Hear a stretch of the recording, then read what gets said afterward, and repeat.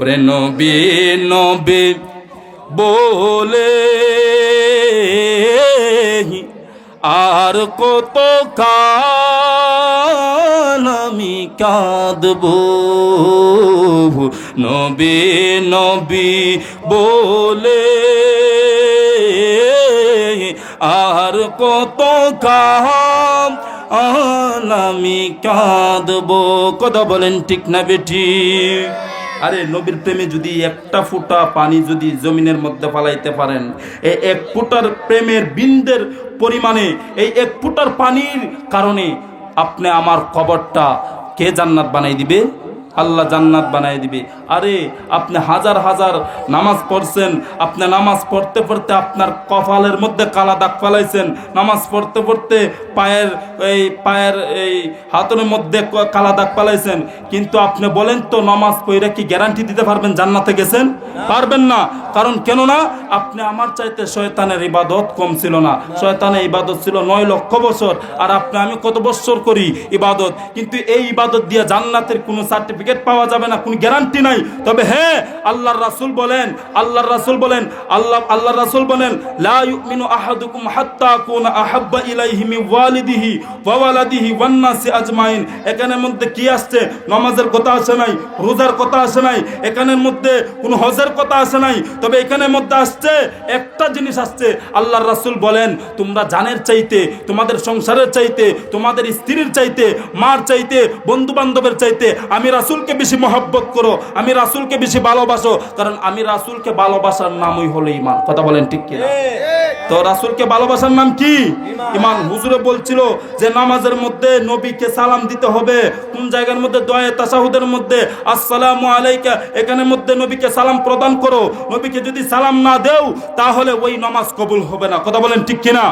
কারণ দুনিয়ার মধ্যে যদি আপনি যদি এমপি সাহেবকে সালাম দেন আপনার নামাজ বাতিল, আপনি যদি মন্ত্রী সাহেবকে সালাম দেন আপনার নামাজ বাতিল, মা বাপকে যদি সালাম দেন আপনার নামাজ বাতিল, কোন বড় হুজুরকে দেখলে আপনি যদি সালাম দেন আপনার নামাজ বাতিল। কিন্তু আমার রাসূল বলেন ওই নামাজের মধ্যে, যে নামাজের মধ্যে বৈঠকের মধ্যে যদি আমি নবীকে যদি সালাম না দেও তাহলে নামাজ বাতিল হয়ে যাবে। সবাইকে নামাজের মধ্যে সালাম দিলে নামাজ হবে না, আর নবীকে সালাম না দিলে নামাজ হবে না। এই জন্য স্যার বলে ওরে যে নামাজে নবী নাই রে সেই নামাজ কেউ পড়ো না রে, ওরে যে নামাজে নবী নাই রে সেই নামাজ কেউ পড়ো না রে। নামাজের সঠিক পথে আনতে পারে। কথা বলেন ঠিক না বেটি? আপনি কোন জায়গার মধ্যে নবীকে কম রাখবেন? আজানের মধ্যেও নবীর নাম আছে, ঠিক কিনা বলেন? নামাজের মধ্যেও নবীর নাম আছে, ইকামতের মাধ্যমেও নবীর নাম আছে। যে জায়গাতে যাবেন আপনি কালিমা পড়বেন, কালিমার মধ্যে নামাজের এই নবীর নাম আছে। কোন জায়গার মধ্যে আল্লাহর রাসূলকে কমতে রাখে নাই। এবার বলুন তো আমরা ওই নবীর উম্মত হতে, ওই নবীর উম্মত হয়েছে, এটা আমরা খুশি না বেজার? কথা বলেন খুশি না বেজার? আরে আল্লাহর গোলাম, আরে নবীর উম্মতের দল, আমার রাসূল জানাইয়া দেয় দুনিয়ার মধ্যে তোমরা নামাজ পড়াবা।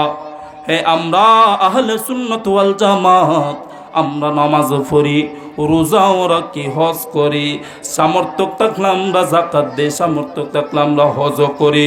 তবে শুনিয়া নাও সব ইবাদতের চাইতে সর্বশ্রেষ্ঠ ইবাদত হলো, ওরে দুনিয়ার মুসলমান শুনিয়া নাও, দুনিয়ার সব কিছু তুচ্ছ, কিন্তু আল্লাহর রাসূলের প্রেম মহব্বত আমাদের কাছে শ্রেষ্ঠ। ওরে আল্লাহর গোলাম, আমার রাসূল জানাইয়া দে দুনিয়ার মধ্যে, আরে আল্লাহর গোলাম, দুনিয়ার মধ্যে তোমরা যদি আমি নবীজির বিন্দু প্রেমের মধ্যে যদি কৃপণতা থাকে, নামাজ পড়লে নামাজ কাজে আসবে না, যতই আল্লাহর ইবাদত করেন আল্লাহকে ডাকলে আল্লাহ কাজে আসবে না। কারণ আমার আল্লাহ জানাইয়া দে কুল ইন কুনতুম তুহিব্বুনাল্লাহ ফাত্তাবিউনি ইউহিব্বুকুমুল্লাহু ওয়া ইয়াগফির লাকুম যুনুবাকুম। আমার আল্লাহ বলেন ইয়া রাসূলুল্লাহ, ইয়া হাবিবাল্লাহ, নবী গো, ও মার নবী গো, আপনি জানাইয়া দেন আপনার উম্মতকে, তারা যেন বেশি আপনাকে ভালোবাসে, আপনাকে কদর করে, আপনাকে ফলো করে। তারা যদি আপনাকে ভালোবাসে আমি আল্লাহর ভালোবাসা হয়ে গেল। ইয়া রাসূলুল্লাহ, নবী গো, ও মায়ার নবীজি, যদি তারা আপনাকে কষ্ট দিয়ে আমি আল্লাহর দরবারে যদি রাত দিন 24 ঘন্টার মধ্যে সেজদার মধ্যে পইরা থাকে, কোনো কাজে আসবে না, কোনো কাজে আসবে না। এই জন্য বাবা, নবীর সাথে বিয়াদবি করলে নবীর রওজাতে মাফ চাইতে হবে। কথা বলেন ঠিক না বেটি?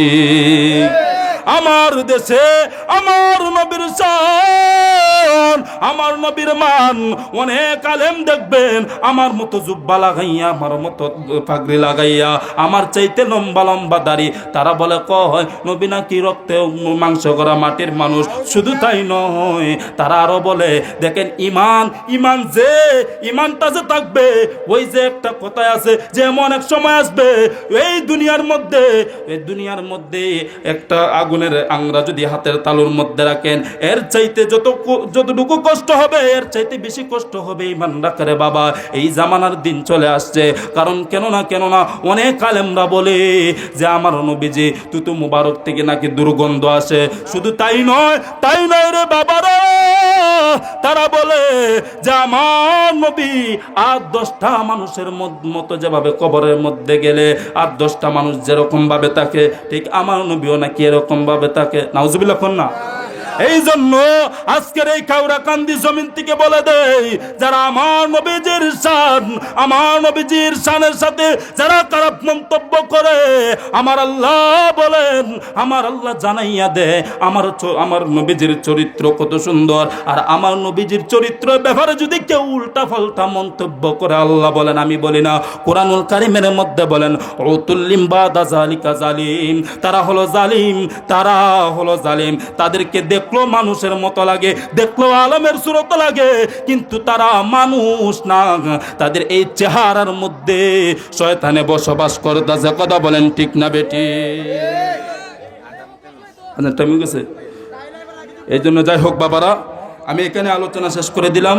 সময় সংকীর্ণতার কারণে আজানের সময় হয়ে গেছে। আমার আলোচনা যদি কেউ কষ্ট পেয়ে থাকেন আপনারা ক্ষমা সুন্দর দৃষ্টিতে দেখবেন। আর ইনশাল্লাহ এখন আজানের সময় হয়ে গেছে, আজান হবে, আজানের পর নামাজ হবে, নামাজের পরপরই ইনশাল্লাহ আমাদের এই প্রধান মেহমান, বিশেষ মেহমানরা স্টেজের মধ্যে আসবে।